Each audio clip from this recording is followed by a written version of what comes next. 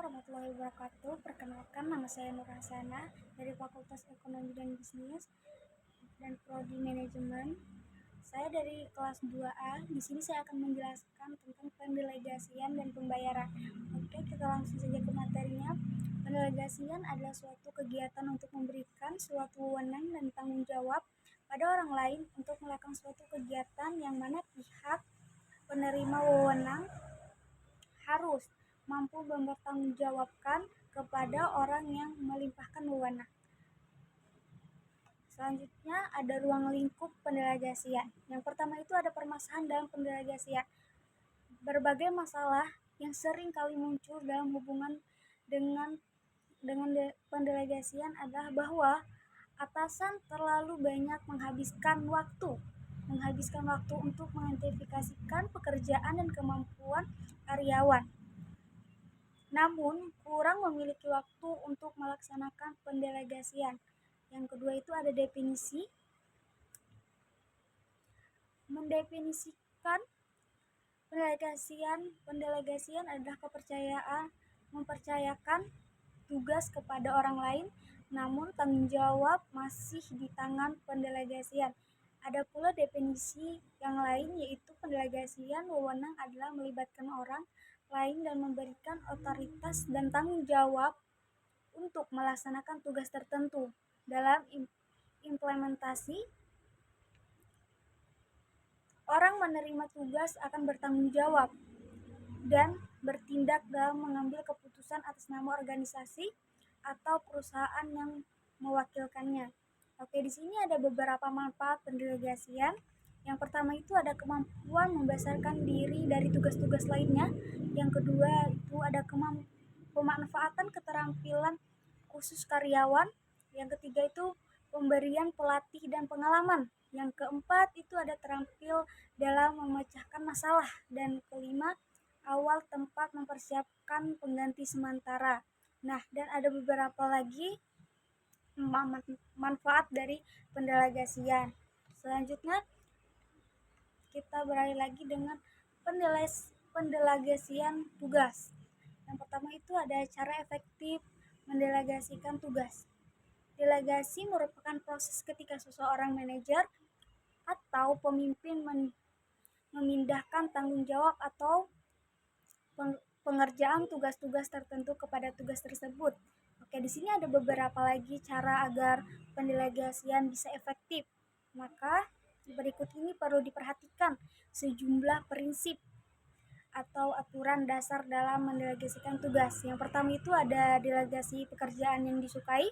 Yang kedua, delegasi tugas secara bertanggung jawab. Dan ketiga, jangan selalu mendelegasikan tugas kepada karyawan yang paling mampu. Yang keempat, percaya kepada karyawan. Itu ada tekanan pada sasaran bukan prosedur. Dan selanjutnya kita akan membahas tentang alasan atasan tidak melakukan delegasi. Beberapa alasan umum mengapa atasan dan supervise menghindari delegasi adalah mereka takut karyawan melakukan kesalahan.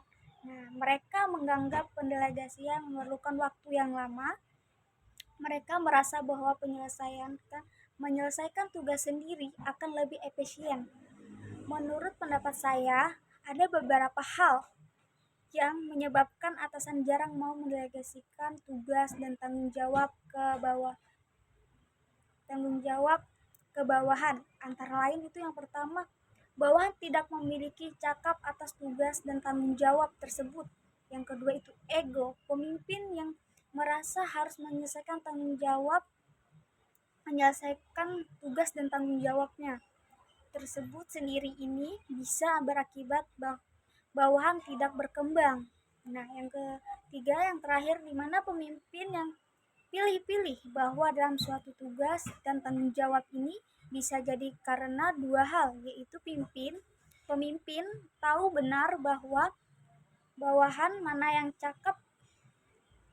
tidak cakap dalam tugas dan tanggung jawab tersebut positif, atau bisa jadi pimpinan yang memang memilih bawahan tertentu untuk tugas dan tanggung jawab tersebut demikian kepentingan pribadi negatif. Jadi Yang ketiga dan selanjutnya kita akan membahas langkah-langkah efektif sebelum dilakukannya pendelegasian. Nah, di sini ada di sini ada 6 tips untuk melakukan pendelegasian pekerjaan secara efektif. Jadi yang di sini yang pertama itu tentukan tugas yang akan didelegasikan. Yang kedua, pilihan orang yang tepat untuk pekerjaan yang tepat. Yang ketiga, komunikasi secara jelas. Dan yang keempat, lakukan evaluasi secara berkala. Dan yang kelima, atasan masalah yang terjadi. Dan yang terakhir itu ada beri penghargaan kepada tim Anda. Nah, selanjutnya kita akan menjelaskan tentang langkah-langkah mendelegasikan tugas dan wewenang. Secara sederhana, delegasi wewenang bisa dikatakan sebagai perwakilan untuk menyelesaikan tugas. Pengertian luasnya adalah di mana seseorang menerima tanggung jawab diri atasannya untuk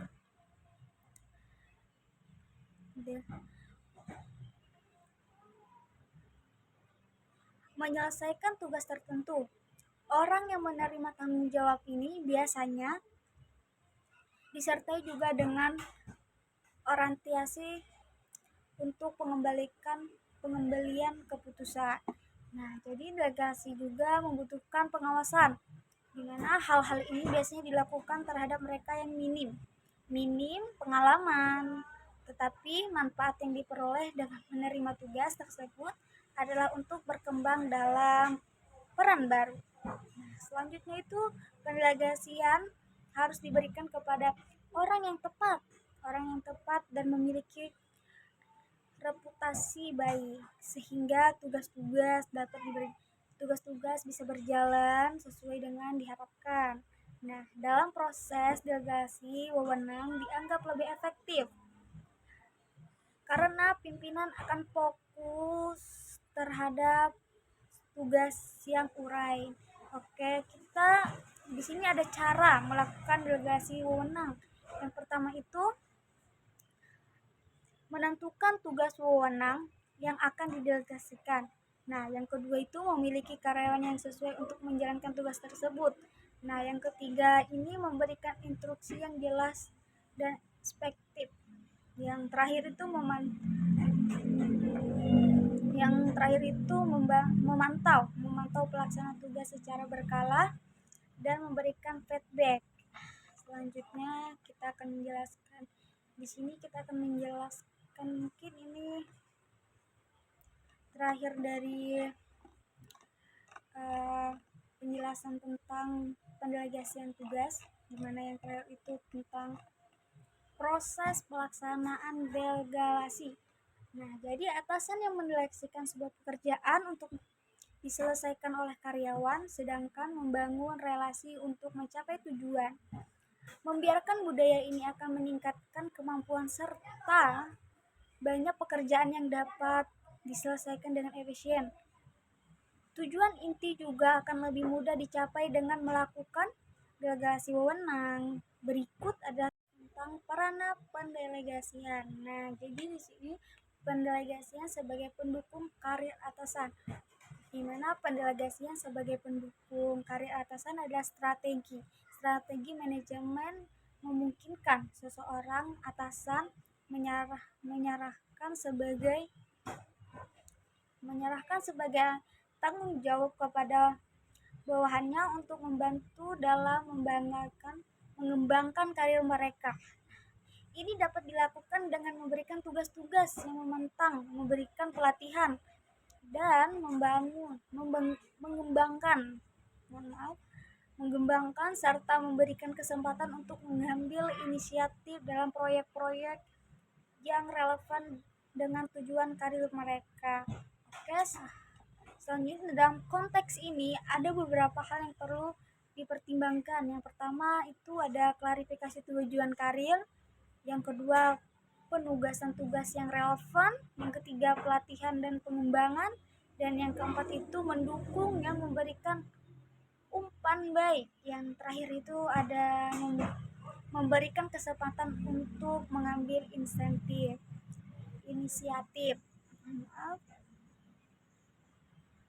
Pendelegasi sebagai pendelegasian sebagai pendukung karir atasnya bukan hanya mengutamakan bahwa dalam pengembangan karir mereka, tapi juga menguntungkan organisasi secara keseluruhan dengan menciptakan lingkungan kerja yang berfokus pada pengembangan bakat internal dan meningkatkan